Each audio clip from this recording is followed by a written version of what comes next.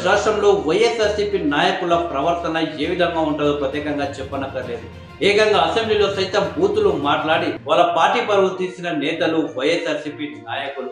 అలాంటి వైఎస్ఆర్సీపీకి strong warning ఇచ్చారు జనసేన అధ్యక్షుడు డిప్యూటీ సీఎం పవన్ కళ్యాణ్ గారు. బూతులు గొడవలకు వైసీపీ నేతలు పర్యాయ పదాల వంటి వారని ఉప ముఖ్యమంత్రి పవన్ కళ్యాణ్ అయితే సంచలన వ్యాఖ్యలు చేయడం జరిగింది. మంగళవారం శాసనసభలో జరిగిన గవర్నర్ ప్రసంగానికి ధన్యవాదాలు తెలిపి తీర్మాన చర్చలో ఆయన మాట్లాడారు. గవర్నర్ను గౌరవించే విధానం ఇదేనా అని వైసీపీ నాయకులపై ఫైర్ కావడం జరిగింది. గవర్నర్ ప్రసంగ సమయంలో ఆ పార్టీ నేతల ప్రవర్తన సరిగ్గా లేదన్నారు. అసెంబ్లీలో వైసీపీ నేతల తీరు చూస్తే వివేక హత్య, చట్టాల ఉల్లంఘన, డాక్టర్ సుధాకర్ హత్య, చంద్రబాబు అరెస్టు వంటి ఘటనలే గుర్తుకు వస్తున్నాయని వ్యాఖ్యానించారు. చట్టాలు చేయాల్సిన వాళ్ళే నియమాలు ఉల్లంఘిస్తే ఎలాగని ఆయన ప్రశ్నించారు. వైసీపీ నేతలు ఇక్కడ ఇలా ప్రవర్తిస్తే బయట ఇంకెలా ఉంటారో అర్థం చేసుకోవాలి అని పవన్ కళ్యాణ్ గారు అన్నారు. ఇక వైసీపీ వాళ్ళు చేసిన గొడవకు గవర్నర్ గారికి అయితే జనసేన అధ్యక్షుడు పవన్ కళ్యాణ్ గారు క్షమాపణ చెప్పారు.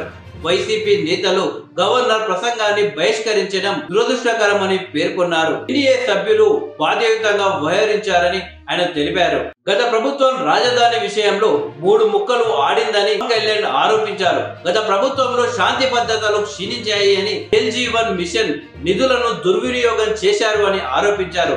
రాష్ట్రంలో ఎర్రచందనం పట్టుకొని ఇతర రాష్ట్రాలకు తరలించారు అని, గత ప్రభుత్వం అటవీ శాఖ మంత్రి 37 ఎకరాల అటవీ భూములను ఆక్రమించారని వ్యాఖ్యానించారు. తమ ప్రభుత్వం నెలలో 4000 కిలోమీటర్లకు పైగా సీసీ రోడ్లు వేశామన్నారు. ఒకే రోజు 13,326 గ్రామ సభలు నిర్వహించి ప్రపంచ రికార్డును నెలకొల్పినట్లు ఆయన తెలిపారు. 22,000కు పైగా గోకులాలను నిర్మించామని చెప్పారు. విశాఖ స్టీల్ ప్లాంట్కు నిధులు ఇచ్చినందుకు ప్రధాని మోడీకి ధన్యవాదాలు తెలిపారు. ముఖ్యమంత్రి చంద్రబాబు సూచనలతో తామంతా ముందుకు వెళ్తామని పవన్ కళ్యాణ్ స్పష్టం చేశారు. సీఎం కృషి వల్లే విశాఖ ఉక్కు పరిశ్రమను రక్షించుకున్నామని తెలిపారు.